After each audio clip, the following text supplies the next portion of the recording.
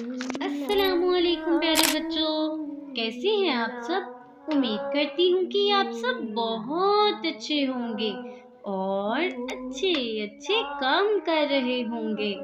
تو چلتے ہیں ہم اپنے آج کے سبق کی طرف، جو ہے لام۔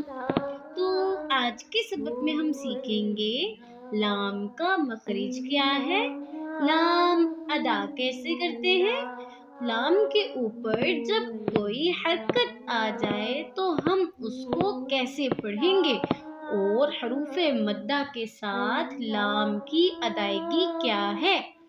تو ہمارا پہلا سوال ہے، لام کا مخرج کیا ہے؟ زبان کا گول حصہ جب اگلے 8 دانتوں کے مسوڑوں سے لگے تب ادا ہوتا ہے لام۔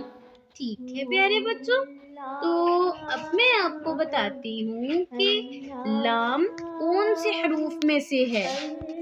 لام حروف یرملون میں سے ہے۔ تو اب میں آپ کو بتاتی ہوں کہ لام کے اوپر جب کوئی حرکت آ جائے تو اسے کیسے پڑھتے ہیں۔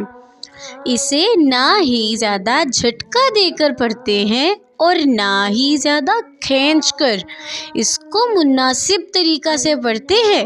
ٹھیک ہے پیارے بچوں، تو اب میں آپ کو بتاؤں گی کہ لام کی حروف مدہ کے ساتھ ادائیگی کیا ہے۔ ہم اس کو ایک الف کے برابر کھینچ کر پڑھیں گے۔ ٹھیک ہے پیارے بچوں، تو اسی کے ساتھ اب مجھے دے اجازت، اب ہم ملیں گے اگلی ویڈیو میں اگلے سبق کے ساتھ۔ ٹھیک ہے پیارے بچوں، اپنا بہت خیال رکھیے گا۔ اللہ حافظ۔